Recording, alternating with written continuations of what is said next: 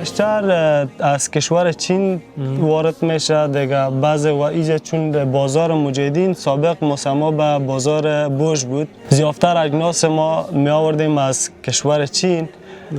باز علاوه از او در خود افغانستان کارخانه بود، ما خودمون تولید داشتیم دیگه، خود ما صادر میکردیم حتی به کشورهای دوست مثلا پاکستان، ایران، از اینجا میتونستیم صادر کنیم. بعضی از مردم ها میرفتن از بگرام خریداری میکردن، از اون طریق می آوردن به این بازار، از این بازار پس دوباره به حساب مشتریان سودا میشه. نرخ نما نظر به دلار روز است.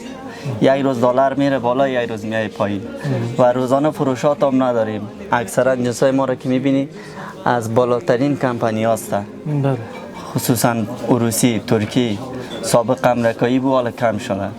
دیگه جنسای بسیار بالا از مشهورترین کشورها نظر به قراردادهای سابق. خوب از هزار بار شکر از